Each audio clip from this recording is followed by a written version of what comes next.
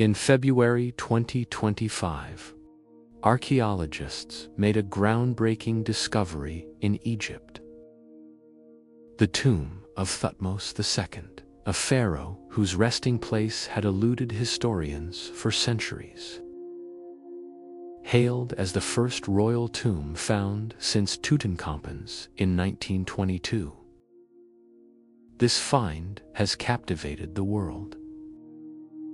But why was this tomb so hard to find, and what secrets does it hold? Imagine the vast, quiet expanse of the Valley of the Kings. The air is warm, the sun beats down on the pale limestone cliffs. And for thousands of years, these hills have guarded the secrets of Egypt's greatest rulers. But one king, one pharaoh, was missing. His name was Thutmose II.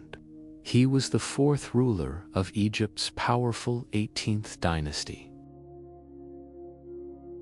A golden age of wealth and empire. He reigned around 1493 to 1479 BC. He was the son of a great conqueror, Thutmose I.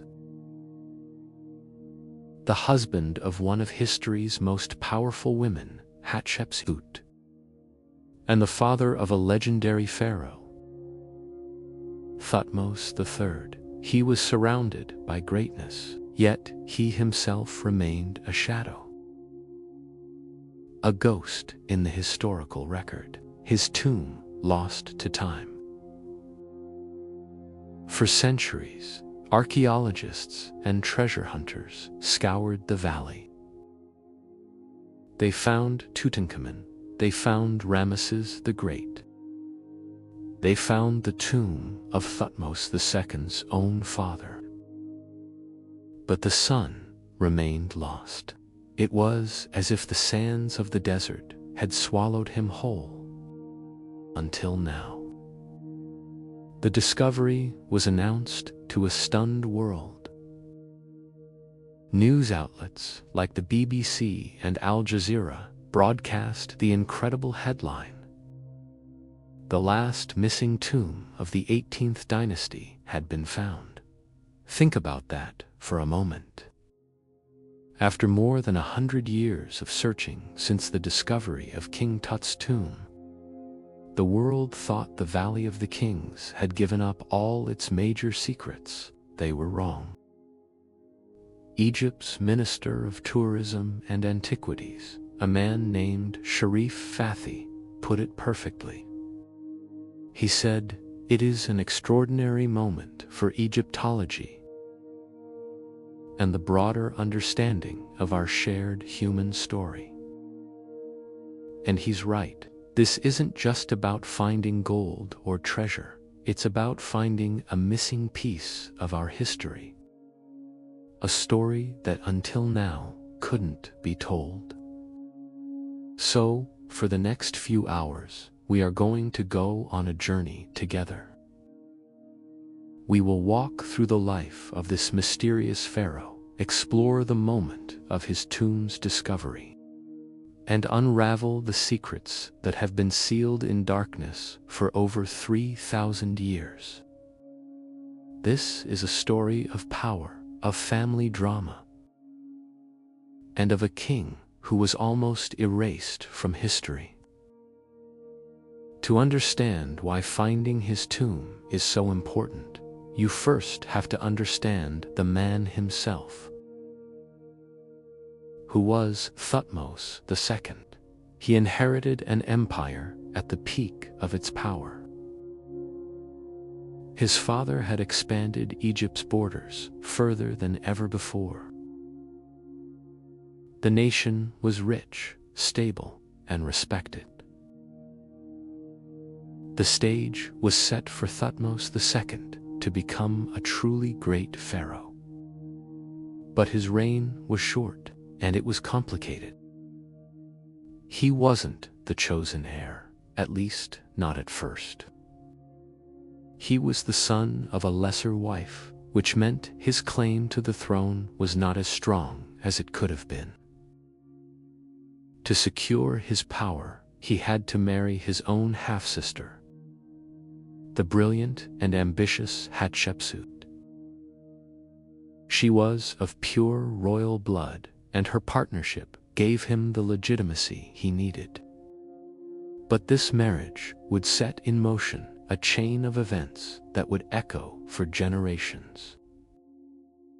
It created a power dynamic unlike any other in Egyptian history. A weak king, a powerful queen. The official records from his time are sparse, almost intentionally vague. They tell us he put down a few rebellions and commissioned a few monuments. But they don't tell us much about the man himself. It's what isn't said that creates the mystery. Why was his reign so brief? Some historians believe he was a sickly, frail ruler, overshadowed completely by his wife. Others suggest something more sinister was at play. And at the center of it all is the biggest question: after he died, why did his tomb vanish so completely that it took modern technology and a century of searching to finally locate it? Was it simply lost to floods and shifting sands? Or was it hidden on purpose? Was someone trying to erase him? The clues, we now know, were not buried with him, but were scattered across Egypt, hidden in plain sight. And the search for his final resting place was a puzzle that spanned millennia. The team that found it wasn't just digging in the sand. They were piecing together the ghost of a king. And what they were about to find inside that sealed doorway would challenge everything we thought we knew about him, his wife, and the son who would follow. The entrance itself was unlike any other in the valley, hidden in a place no one had ever thought to look. A place that was, for all intents and purposes, impossible. Tucked away in a narrow, forgotten wadi.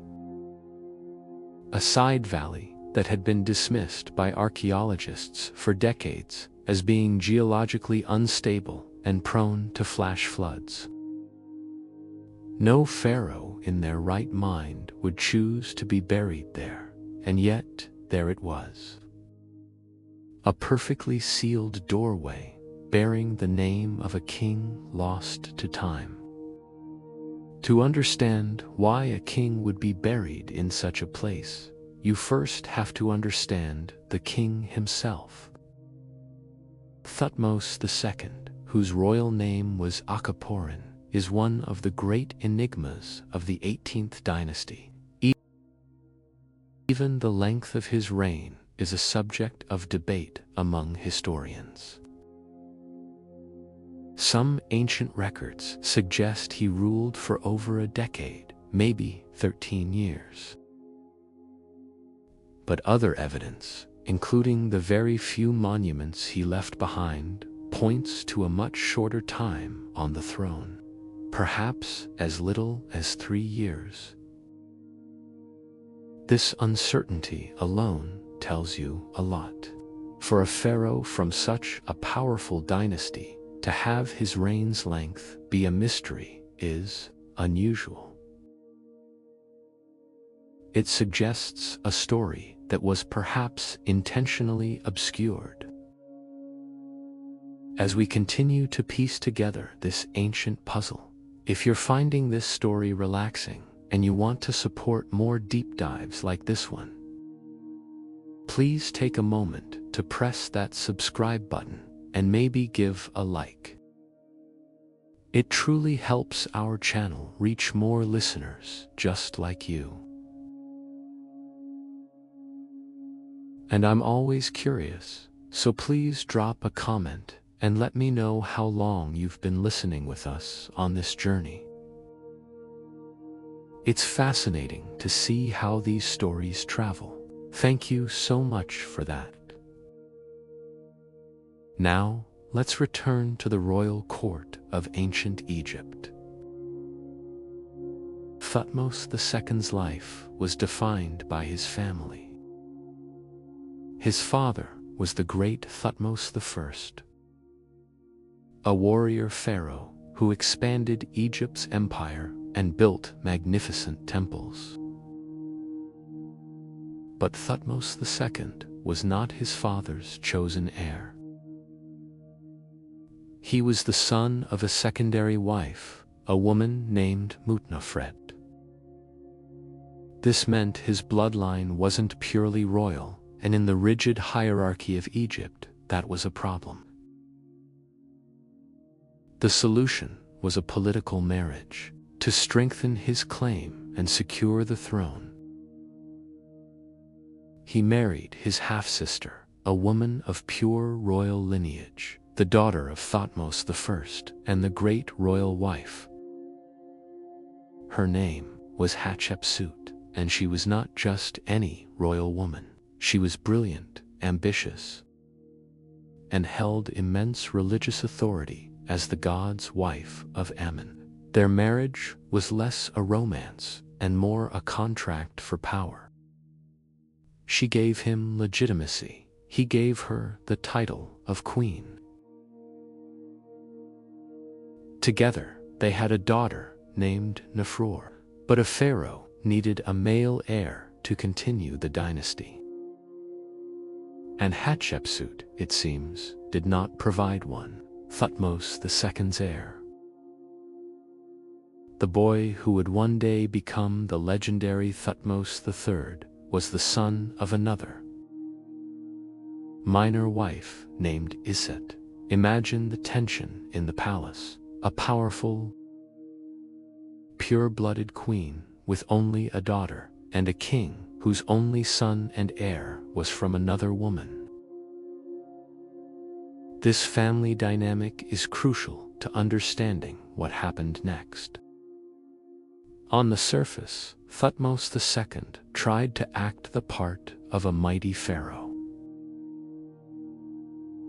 He followed in his father's footsteps, leading at least one military campaign south into Kush, which is modern-day northern Sudan. Inscriptions tell us he crushed a rebellion there and brought captives back to Egypt, a traditional display of kingly power. He commissioned a few structures, adding his name to the great temple of Karnak. He was doing the things a pharaoh was supposed to do. But the historical record feels thin. His presence is faint, almost like a shadow. Many historians believe he was a frail or sickly ruler, easily dominated by his powerful wife, Hatshepsut, who may have been the real power behind the throne all along. Was his short reign due to poor health, or was he simply a placeholder king? A necessary step between his powerful father and his even more powerful wife. His legacy was completely overshadowed. And when a pharaoh is overshadowed in life, it raises serious questions about their treatment in death. The location of a king's tomb was a statement of their importance and their place in the afterlife. So, for his to be missing, and then found in a place no one expected, it suggests a burial that was rushed, or secret, or both. But with this complex story of a weak king, a powerful wife, and a contested succession, we have to ask, who was it that wanted him hidden away? That question, who wanted him hidden away, has haunted archaeologists for over a century. The search for Thutmose II's tomb wasn't just a dig, it was an obsession. A hunt for the final missing piece of a royal dynasty's puzzle, a search that began long before modern technology existed. To truly grasp the scale of this mystery, you have to go back to the year 1881. In a hidden cliffside tomb near Deir el-Bahari, a discovery was made that shocked the world. It was a secret cache, a jumble of royal mummies moved there by ancient priests thousands of years ago to protect them from tomb robbers. Inside this one hidden chamber lay the bodies of Egypt's greatest pharaohs. Ramesses the Great Seti I, and among them the mummy of Thutmose II. They had the king, but they didn't have his tomb. Finding his body this way only deepened the mystery. It proved he had received a royal burial, but where was it? Why was he moved? For over 100 years, the Valley of the Kings was meticulously mapped and explored. Tomb after tomb was found, but his remained elusive. It was the valley's last great secret. Now, fast forward to the 21st century, the search was taken up by a dedicated joint British-Egyptian mission.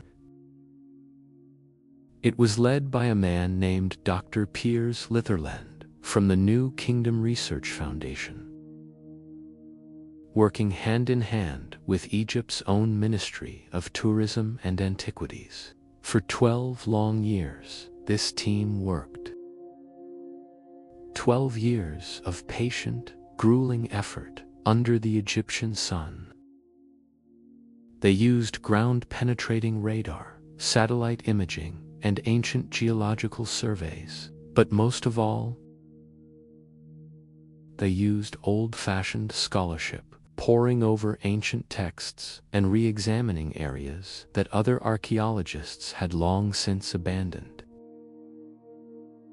Their focus shifted to a small, overlooked wadi, or dry river valley, in the Western Valley, not far from where the royal cache itself had been found. This area was known to be treacherous, prone to powerful flash floods that could wash away tons of rock and debris in minutes. Most believed no pharaoh would risk their eternal home in such an unstable place. It was considered a lost cause. But Dr. Litherland's team had a hunch. They believed that the very danger of the location could have been used as a form of camouflage. That a tomb might have been placed there precisely because no one would think to look for it. And then, in October of 2022, after years of clearing rubble deposited by countless floods, a worker's tool hit something that wasn't loose rock. It was solid, cut, man-made. They had found the top of a step. With painstaking care, they began to dig. The single step became a staircase, descending down into the bedrock. The excitement was electric, but they had to be cautious because of the tomb's location. So close to the Valley of the Queens. The team's initial assumption was that it must belong to a royal wife, or perhaps Thutmose II's daughter, Nefertari.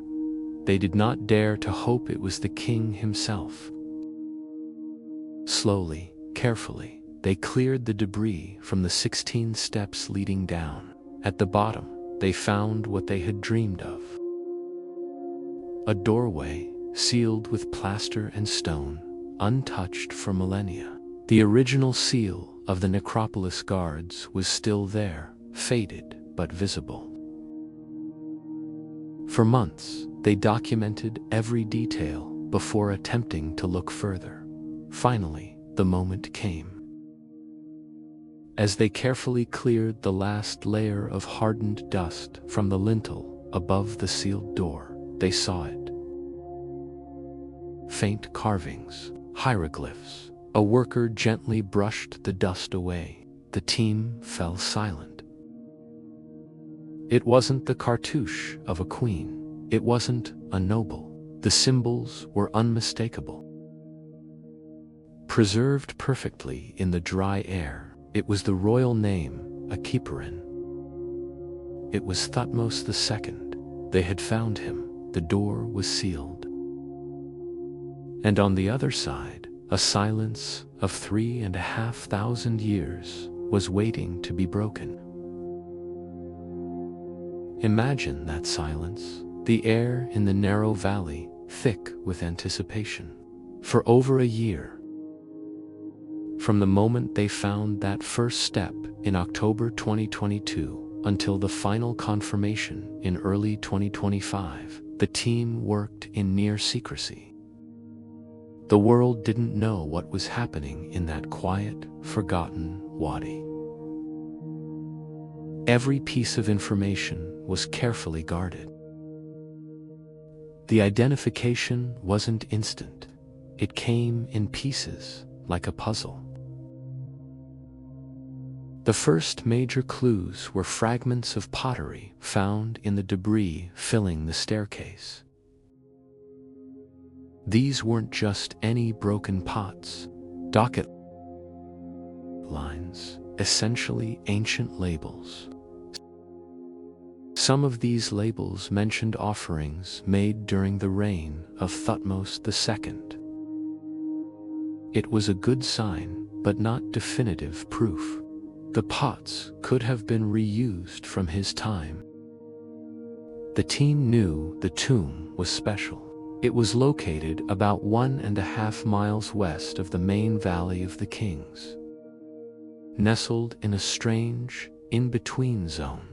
To one side was the Valley of the Great Kings, and looming nearby was the massive cliff tomb of his powerful wife, Hatshepsut. This proximity made many on the team believe they had found a tomb connected to her, not him. Perhaps his daughter, or even Hatshepsut herself, before she became Pharaoh. But as they cleared the entrance corridor, they found more. Lying among the rubble, as if dropped by the ancient workers in their haste, was a simple wooden walking stick. It was beautifully preserved, and carved carefully into its handle was a cartouche.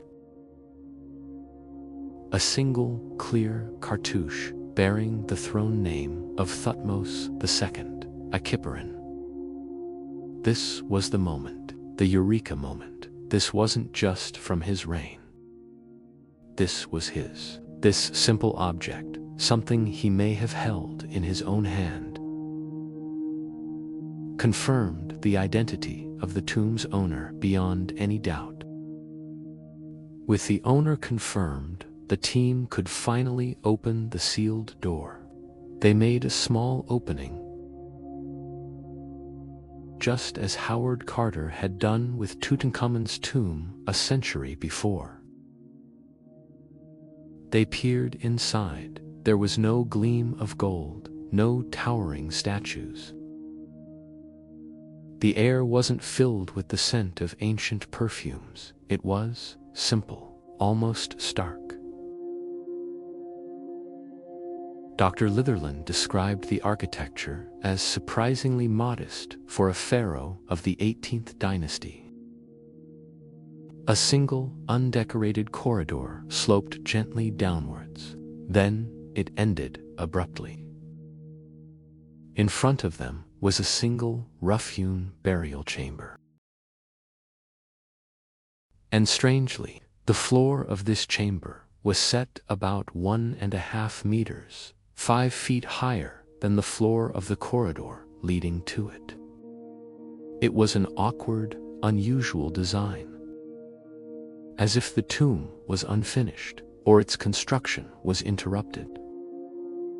The walls were bare plaster. It was plain, it felt rushed, and it was empty. The sarcophagus was gone. The mummy was gone, though they already knew it was safe in the Cairo Museum. Empty. The treasures were gone. The tomb had been systematically and professionally cleared out in antiquity. The original seals were broken, yes, but then the doorway had been carefully resealed from the outside. This was an official clearing. The priests of a later dynasty had come here, packed up the king and his belongings, and moved him. But they didn't take everything. In the corners, half buried in dust and debris, they left things behind, small things.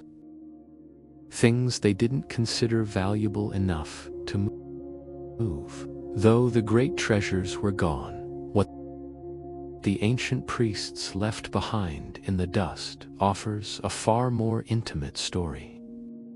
In many ways, what they found is more revealing than a room full of gold.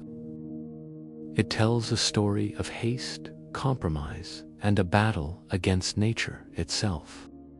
The first thing the team realized was why the tomb was built this way, that strange, raised burial chamber. It was a desperate, last-ditch attempt to protect the king's body from the flash floods that plagued this little valley. They designed the tomb to allow floodwaters to rush down the corridor and settle in the lower area, hopefully leaving the king's burial chamber high and dry. It was a clever idea, but it failed. Evidence of water damage was everywhere. Silt lines high on the walls showed that the tomb had been completely submerged.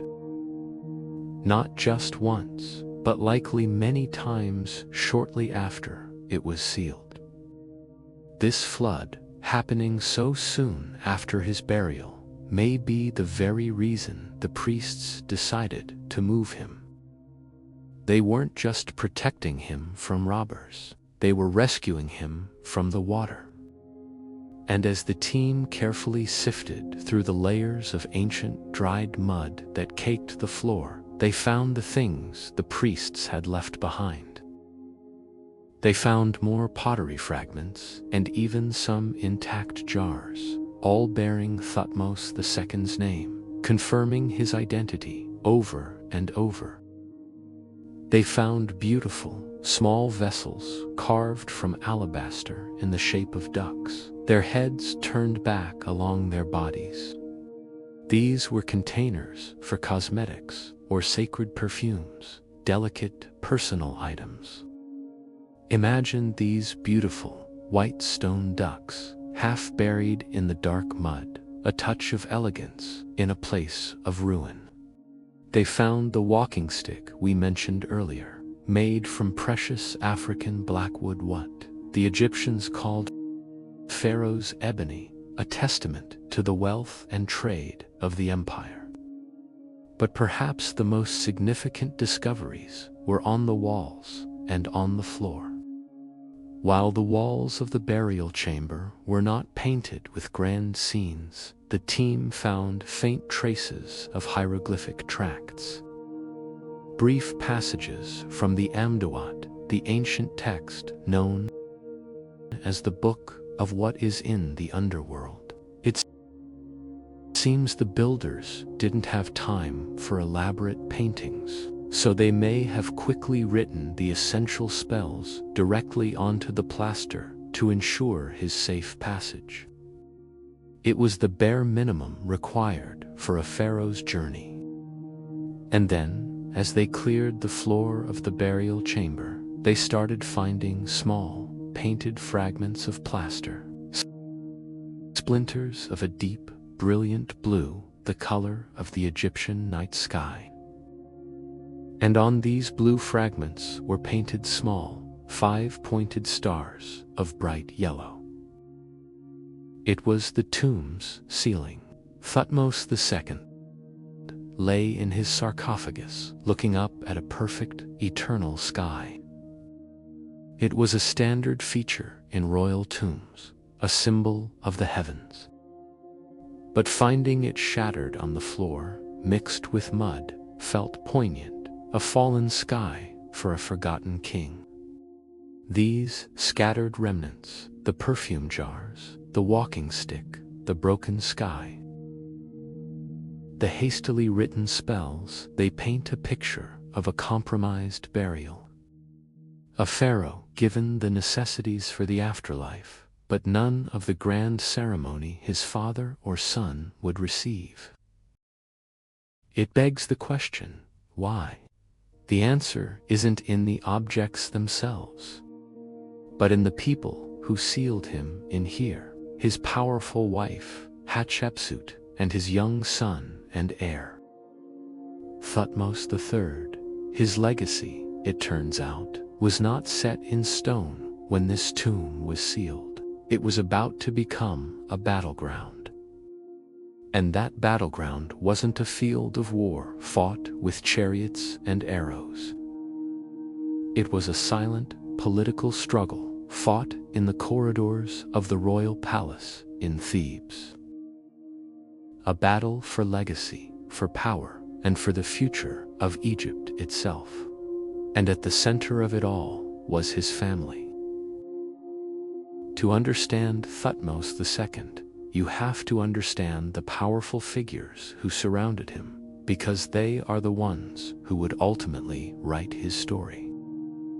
First, you have his father, the great Thutmose I. He was a celebrated military leader, a conqueror who pushed Egypt's borders further than ever before.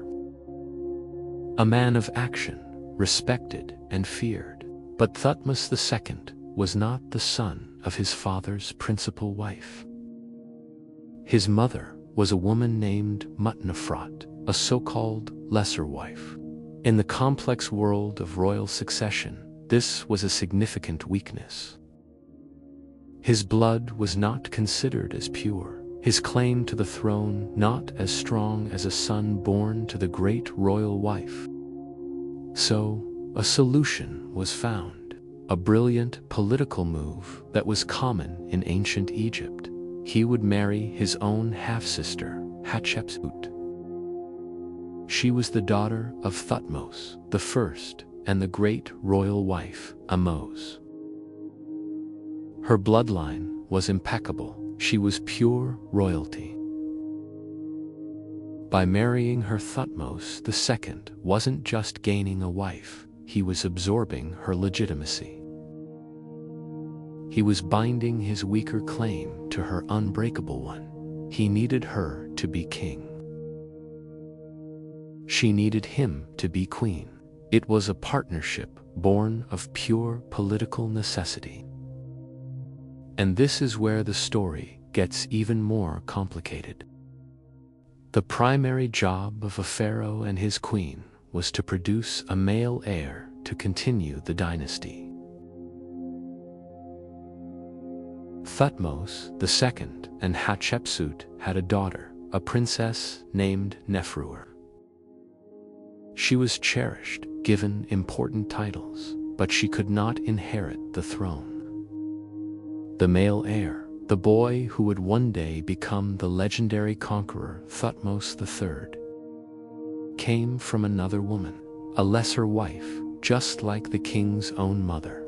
Her name was Isit. So, imagine the dynamic in the royal court. You have the king, whose own claim to power is shaky. You have his powerful, pure-blooded wife and queen, Hatshepsut, who has only given him a daughter. And then, in the shadows of the court, is another woman, Isit, who has given the king what he needs most, a son and heir. The tension must have been immense. And Hatshepsut was not a woman who stayed in the shadows. Even during her husband's lifetime, her influence was growing. She held the powerful religious title of God's wife of Ammon, which gave her enormous wealth and authority. On the few monuments that Thutmose II did build, Hatshepsut is often depicted prominently, sometimes appearing almost as a co-ruler rather than just a consort. It seems clear that even while he was alive, she was the dominant force in the partnership. She was laying the groundwork for what was to come. When her husband died, leaving behind her young stepson as the heir, she saw her opportunity, first as regent for the boy king, and then as pharaoh in her own right. This complex web of family ties explains so much about why he's a shadow in our history books. It explains the rushed burial, the simple tomb, the need for his wife's legitimacy. But it doesn't tell us what he did as pharaoh. While this political drama was unfolding in the palace, was he leading armies? Was he expanding the empire his father built? Or was he simply trying to hold on to a throne that was never truly his? The answer to that question, it seems, is a little of both. While the drama in the palace was unfolding, the gears of the Egyptian empire kept turning, and for a new pharaoh, the quickest way to prove your strength was through military action. But Thutmose II's approach was different from his father's. He wasn't a conqueror seeking new lands. He was a king trying to hold on to the vast empire he had inherited. His most significant military test came from the south, from the land of Kush, in what is now northern Sudan. Kush was vital to Egypt. It was the source of gold, exotic goods, and soldiers for the Egyptian army. When a new pharaoh took the throne, it was almost a tradition for the Kushite chiefs to rebel, to test the new king's resolve. And right on cue, shortly after Thutmose II became king, they did. Ancient inscriptions tell us of a fierce uprising, but they also tell us something very curious. Thutmose II didn't lead the army himself. Instead, he sent his generals. Why he stayed behind in Thebes is another part of his mystery. Was he considered too frail or sickly for a campaign? Or was the political situation at home with his powerful wife Hatshepsut so tense that he couldn't afford to leave the capital? We may never know, but what we do know is that his army marched south along the Nile. The campaign was swift and brutal, a clear message to anyone who would challenge the new pharaoh's authority. The rebellion was crushed. The inscriptions boast of the victory. How the Egyptian army left only one of the Kushite chief's sons alive, to be brought back to Egypt as a hostage, a living symbol of Egypt's power. Prisoners and spoils of war were paraded back to Thebes, and the victory was credited entirely to the king. In ancient Egypt, it didn't matter if the pharaoh was physically on the battlefield. Any victory by his army was his victory. It was a successful continuation of his father's hardline policies. And it wasn't just in the south. There is evidence of smaller campaigns to secure Egypt's other borders. He sent forces into the Sinai Peninsula to deal with the Shasu nomadic tribes who were known for raiding Egyptian trade routes. He also seems to have sent expeditions into the Levantha area of modern-day Syria and Palestine, not to conquer, but to remind the local city-states of Egypt's influence and to keep the tribute flowing. These weren't the grand, empire-y expanding wars of his father or his famous son. These were actions of maintenance, of control. He was putting out fires, securing the fences of his empire. He successfully kept the machine of the Egyptian state running smoothly. He proved he could command the army, even from a distance, and protect the wealth and stability of the nation. Securing the borders was one way to leave a mark. But for a pharaoh, the true measure of their legacy, their path to immortality, was what they built in stone. A great king builds great monuments, and with the empire stable and the trade routes secure, Thutmose II should have had the wealth and the opportunity to build on a grand scale. But when we look for his mark on the temples and monuments of Egypt, we find another puzzle, another story of shadows and whispers.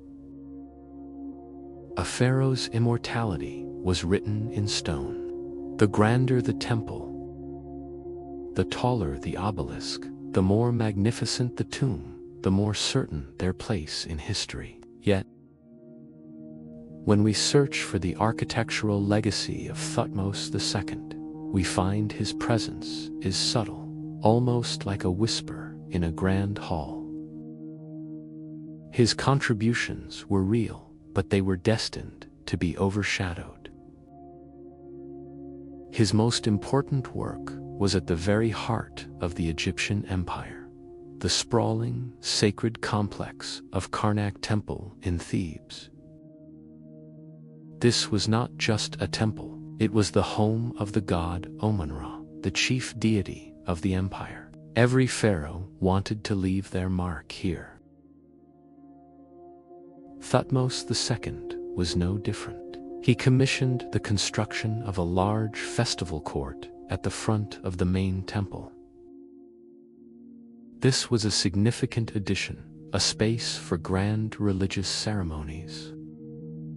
He also began work on a monumental gateway known as a pylon, though it seems it was never completed during his lifetime. These were not small projects. They show a king with ambition, a king who understood the importance of honoring the gods and adding to the glory of the state religion. Beyond Karnak, his influence stretched south into Nubia, the land he had pacified with his army. He built small temples and shrines at places like Semna and Kama, strategic forts that guarded the southern frontier. He also commissioned works on the island of Elephantine, a key trading post at the border between Egypt and Nubia. These were practical, strategic buildings that reinforced Egypt's presence and control in this vital region. He was building where it mattered, solidifying his power in the places that guaranteed Egypt's wealth. But here is where the story of Thutmose II's legacy takes a crucial turn. If you were to walk through Karnak Temple today, you would struggle to find his name. On the very structures he built, his cartouche, his royal signature, has often been replaced, carved over, erased. And in its place, you will find the name of his wife, Hatshepsut. After his death, when she took power first as regent and then as full pharaoh, she began a massive building program of her own. And in many cases, she didn't just build new structures. She adopted, completed, and rebranded the monuments her husband had started. The festival court he began, she finished it and claimed it as her own. The gateway pylon, it became hers. Was this an act of love, a wife completing the work of her deceased husband? Or was it a cold, calculated political act? A way to erase the memory of the weak king who came before her and cement her own more powerful legacy in stone for all eternity. Historians are divided. Some see it as a continuation of their partnership. Others see it as a ruthless appropriation, a symbolic victory in the power struggle that had defined their marriage. The faint traces of his work, hidden beneath hers, tell the story of a king whose vision was cut short.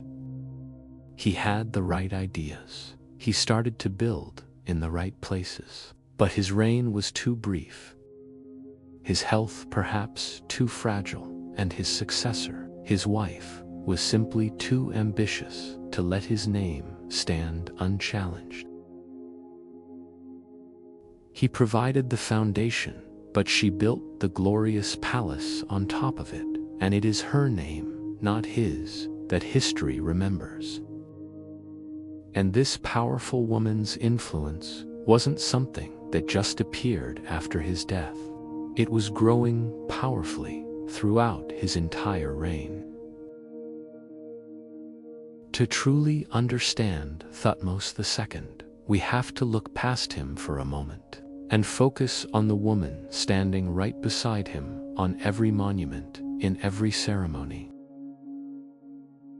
In every decision of state, Hatshepsut was never just a queen consort.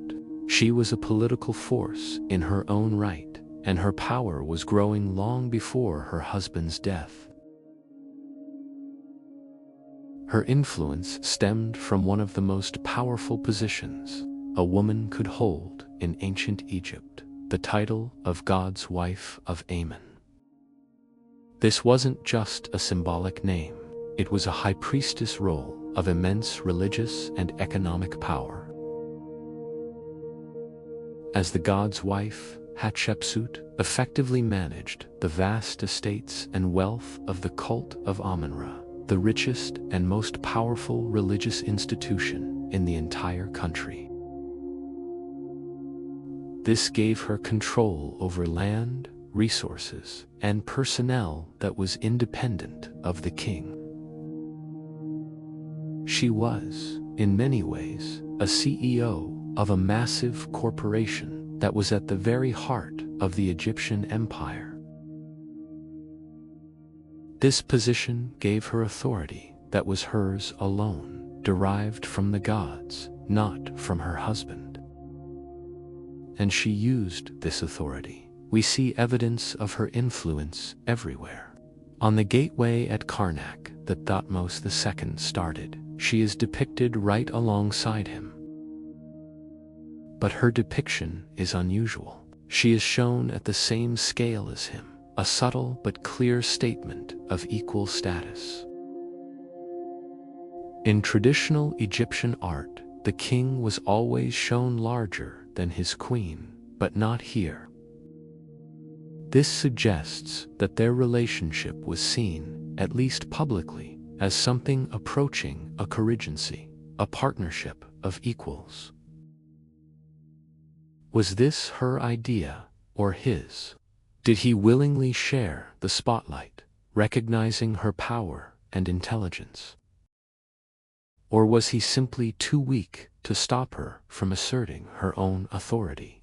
The images in stone don't tell us their motivations, but they show us the result. A queen who was stepping out from behind the throne and standing beside it. She was also deeply involved in the upbringing of their daughter, Nephro, grooming her for a position of power. And critically, she was there, watching as her young stepson, the future Thutmose III, grew up in the palace. She was positioning herself, securing her power base, and building alliances within the court and the priesthood. Everything she did during her husband's reign was a clear signal of her intentions. She was not a woman who would be content to retire into obscurity as a queen mother when her husband died. She saw a path to the ultimate power, and she was patiently, strategically paving it stone by stone. Her husband's short reign, his frail health, and his less than pure royal blood all created a power vacuum, and Hatshepsut was perfectly positioned to fill it. When Thutmose II finally died, leaving the throne to a small boy, it was almost inevitable what would happen next. Hatshepsut, the boy's stepmother and aunt, was named regent, the official ruler, until he came of age. But for a woman as ambitious and powerful as Hatshepsut, being a temporary placeholder was not enough. Within a few years, she would do the unthinkable. She would declare herself Pharaoh, taking the throne for herself. And in doing so, she would not only shape the future of Egypt, but she would also redefine the legacy of the husband she left behind. The story of his reign and his place in history was now completely in her hands. So, how do we remember a king who was overshadowed in life by his wife and erased in death by her ambition? What is the true legacy of Thutmose II? It would be easy to dismiss him as a minor, transitional figure, a footnote in the story of his powerful wife and legendary son, but that would be a mistake. His brief time on the throne was absolutely crucial. He was the bridge. His greatest achievement was, perhaps, simply not failing. He inherited a vast, powerful empire from a warrior father, and he successfully held it together. He pacified Kush, secured the borders in Sinai, and kept the tribute flowing from the Levant. He maintained the stability and wealth of the nation, continuing his father's policies effectively. He was a good steward of the empire, even if he wasn't a grand conqueror. He kept the machine running, and in doing so, he created the peaceful and prosperous conditions that would allow for the incredible developments that followed his death. And then there's the debate over his reign. Was it 13 years, as some ancient king lists suggest? Or was it as short as 3 or 4 years, as the scarcity of his monuments seems to imply? The fact that Hatshepsut so thoroughly erased and co-opted his building projects makes it incredibly difficult to know for sure. This debate isn't just an academic argument, it's central to understanding his impact. A 13-year reign suggests a more stable, established king. A 3-year reign paints a picture of a brief, troubled period, ending abruptly and creating the power vacuum that Hatshepsut so brilliantly exploited. Ultimately, his most significant legacy was his death. By dying when he did, he set the stage for one of the most fascinating and prosperous periods in all of Egyptian history. He left behind a stable empire and a young son, Thutmose III. This created the exact circumstances needed for Hatshepsut to rise, first as regent, and then as a powerful female pharaoh who ushered in an era of peace, trade, and architectural marvels. And after her death, his son, Thutmose III, who had been waiting in the wings for 2 decades, finally took the throne. He would go on to become one of the greatest military leaders in world history, often called the Napoleon of Egypt, expanding the empire to its largest extent ever. The golden age of the 18th dynasty, the reigns of Hatshepsut and Thutmose III, was only possible because of the king who came between them. He was the necessary link in the chain. And that is why the discovery of his tomb in 2025 is so profoundly important. It gives us a direct physical connection to this pivotal moment. The simple, rushed, water-damaged tomb tells the story of his reign better than any grand monument could. It speaks of his uncertain status, the challenges he faced, and the haste surrounding his burial. It is a tangible piece of the puzzle, a key that helps us unlock the secrets of this transformative period. It allows us to finally give Thutmose II his proper place in history, not as a weak king, but as the essential pharaoh whose short reign and quiet death paved the way for Egypt's greatest glory. The world of Thutmose was one of political intrigue and dynastic succession, but it was also a world steeped in deep and powerful beliefs about life, death, and the cosmos. The gods, the afterlife, and magic were as real to him as the Nile flowing past his palace. And to truly understand him and the tomb that was meant to be his eternal home, we must step into that world. And stepping into that world, into that past, is exactly what happened in February of 2025. After more than a century of searching, the moment that archaeologists had dreamed of finally arrived.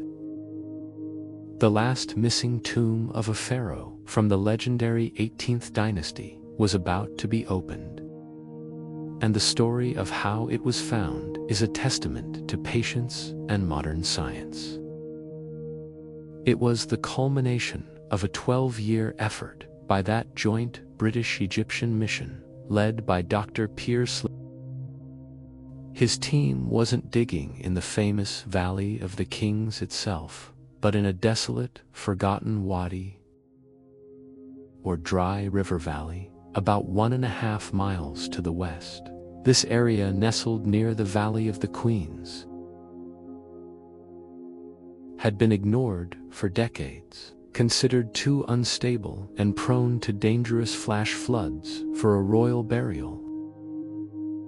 It all began quietly back in October of 2022, when a worker's tool struck the clean edge of a man-made step buried under tons of flood debris. But the final, definitive proof, the moment that turned hope into certainty, didn't come until early 2025. It came from analyzing the faint ink inscriptions on broken pieces of pottery found littering the staircase. These ancient labels named offerings made for the spirit of Thutmose II. Because of the tomb's strange location, so close to the Valley of the Queens and the great cliff tomb of his wife,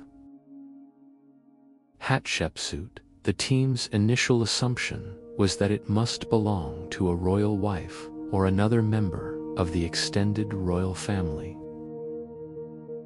No one dared to believe they had found the king himself.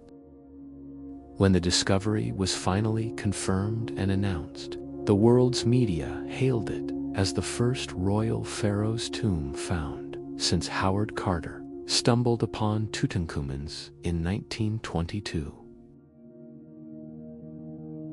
And while it's true that other important royal tombs, like that of King Susen's I, had been found in other parts of Egypt, finding a new pharaoh's tomb here, in the sacred landscape of ancient Thebes, was an event that hadn't happened in over 100 years. It was a discovery that connected our modern world directly back to the golden age of Egypt.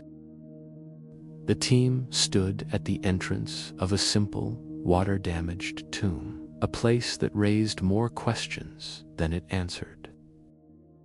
They had found his home, but the king himself was missing, moved centuries ago. And the story of where he ended up, huddled in a secret cache with the other great pharaohs of Egypt, and the condition his body was found in, reveals the final brutal chapter of his life and death. But before we follow the king's body to its final secret hiding place, we have to look at what the ancient priests left behind in the mud of his ruined tomb. Because the story isn't just in what they took, it's in what they abandoned. These small, forgotten objects, deemed worthless by those clearing the tomb, give us the most intimate glimpse into the world of Thutmose II.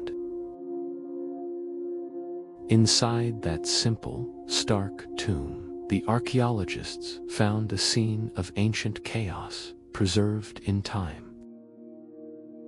The tomb had flooded, likely very soon after the king was buried. And as the team sifted through the layers of dried silt and debris, the treasures they found were small, personal, and profoundly revealing. They found more fragments of those clay jars and pots, the ones whose inscriptions first confirmed the tomb belonged to Thutmose II. These were the containers for wine, beer, and oils, the essential supplies for the eternal journey. Finding them shattered and scattered speaks to the haste and disruption that befell this place. Then they found something more personal, a walking stick crafted from precious African blackwood, what the Egyptians called Pharaoh's ebony.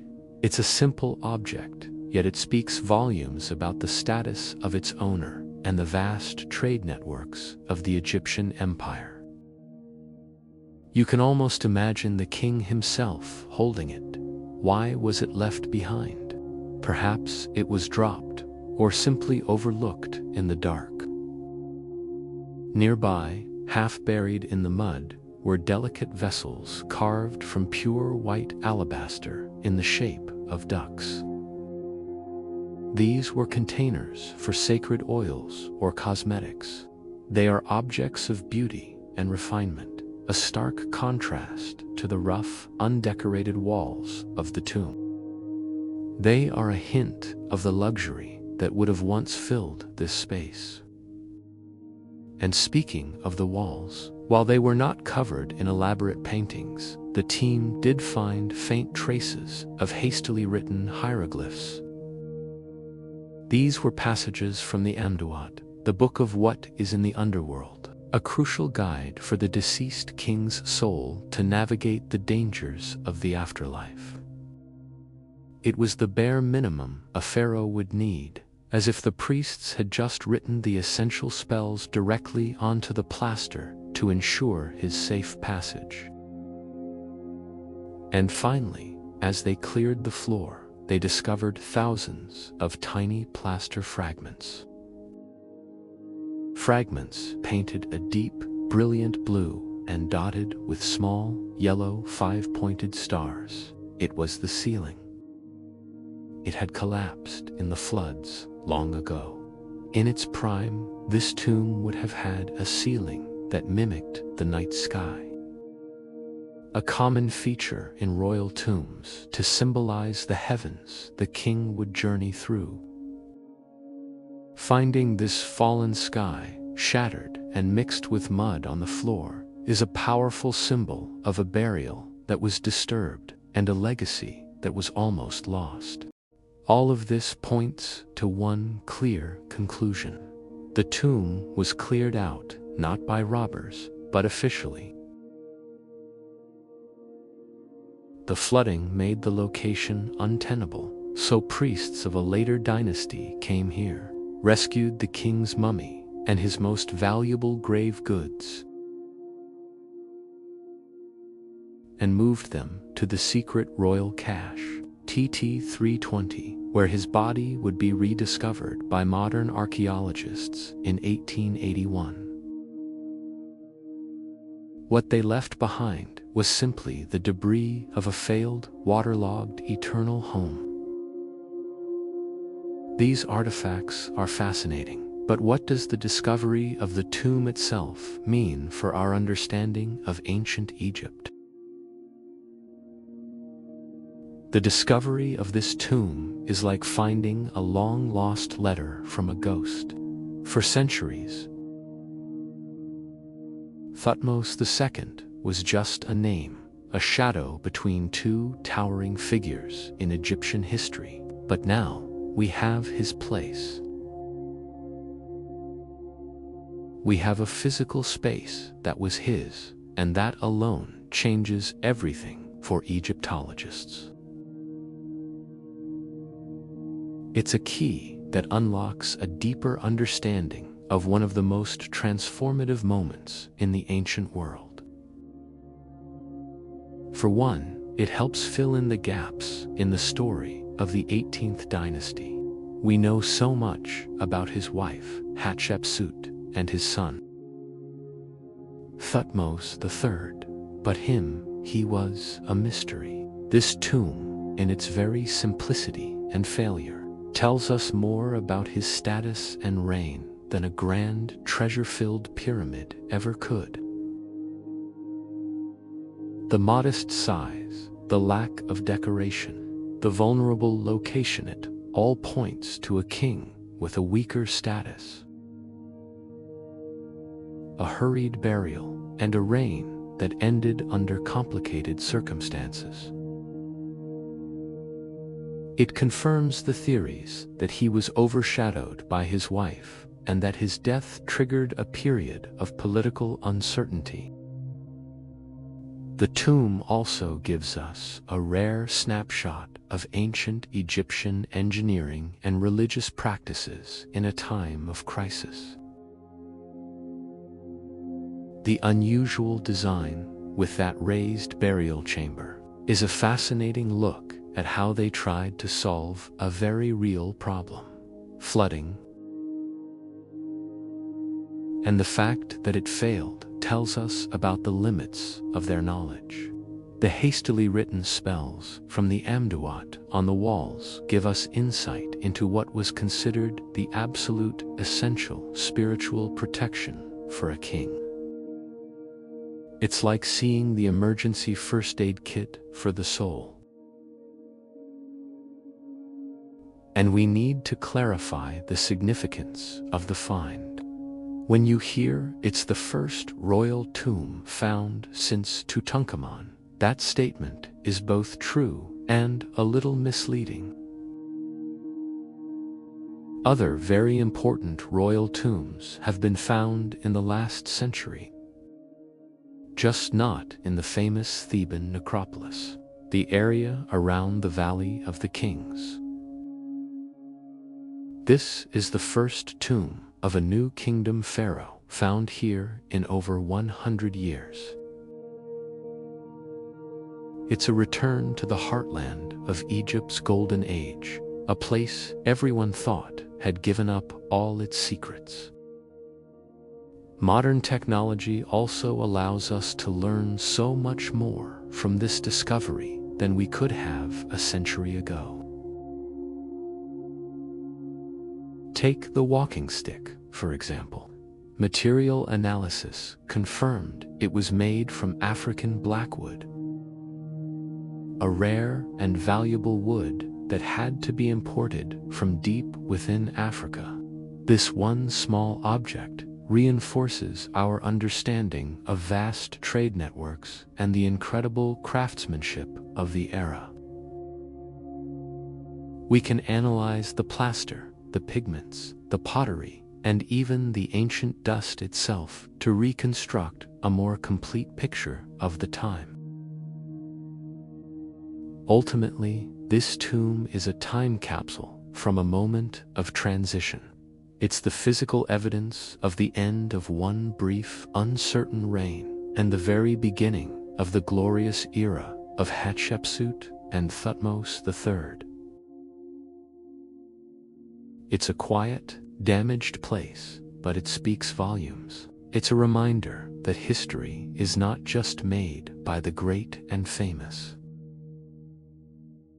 but also by those who live in the shadows, whose stories are written in the spaces between the lines. Now that we've seen why this discovery matters, let's explore what's happening with the tomb today. So what becomes of a place like this after the headlines fade? The discovery is just the first step. The real work, the patient, careful work of preservation and understanding, is happening right now. Thutmose II's tomb is not yet a tourist attraction. It is a fragile, active archaeological site. Currently, the tomb is under the careful watch of a team of conservators and archaeologists. Their first job is to protect it. After being sealed for over 3,000 years, its sudden exposure to modern air, humidity, and bacteria can cause rapid decay. They are working to stabilize the plaster on the walls, protect the faint traces of hieroglyphs, and ensure the very structure of the tomb, carved from the living rock, remains sound.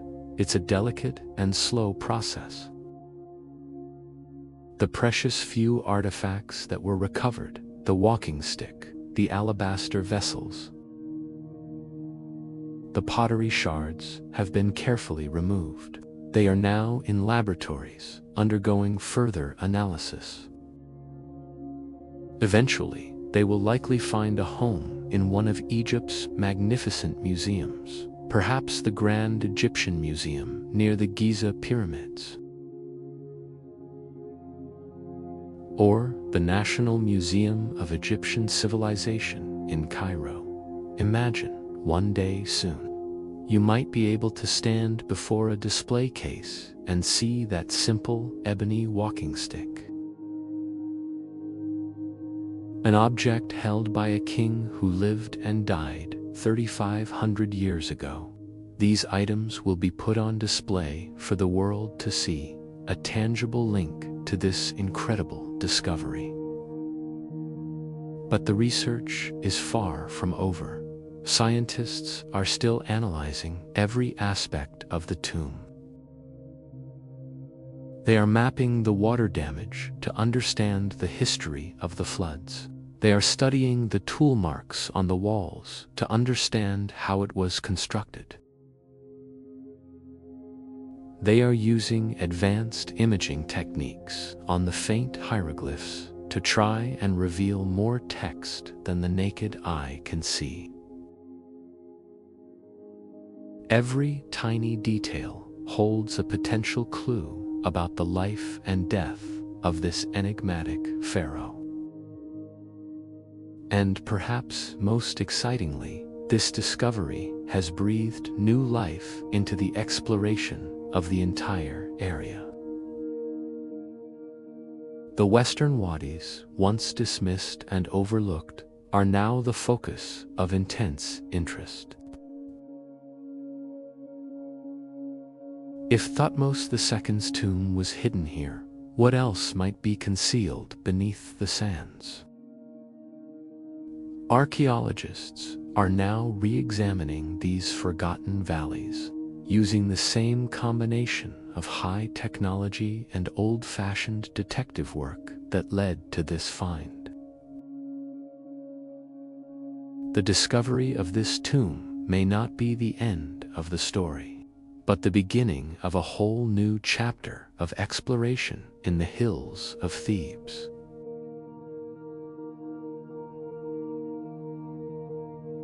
The tomb today is a place of quiet, careful work, a place of science and discovery.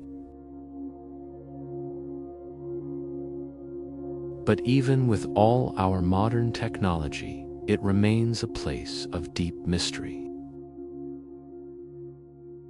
And the questions that linger are the ones that have haunted this story from the very beginning. While we know much about this tomb, mysteries remain. Let's explore the unanswered questions surrounding Thutmose II. Every great discovery leads to more questions. What mysteries still surround Thutmose II? And what might the future hold for Egyptology now that this new door has been opened? The biggest question of all goes back to the tomb itself. Why was it so simple, so rushed, so inadequate for a pharaoh of the mighty 18th dynasty? And this leads to a tantalizing possibility, a theory that Dr. Piers Litherland and his team are now carefully considering. What if this simple, flooded tomb wasn't the intended final resting place at all? What if it was just a temporary measure? Dr. Litherland has speculated that there could be another undiscovered tomb for Thutmose II. Perhaps a grander one that was planned or even started, but for some reason never used. Or perhaps this small tomb was an emergency burial, and the priests who later moved his mummy and treasures didn't take them to the royal cache, but to this second, secret, and still lost tomb.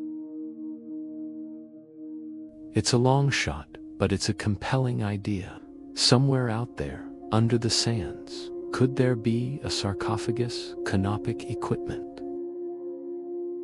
or even Shabdi figures bearing his name, waiting in a tomb no one has ever dreamed of?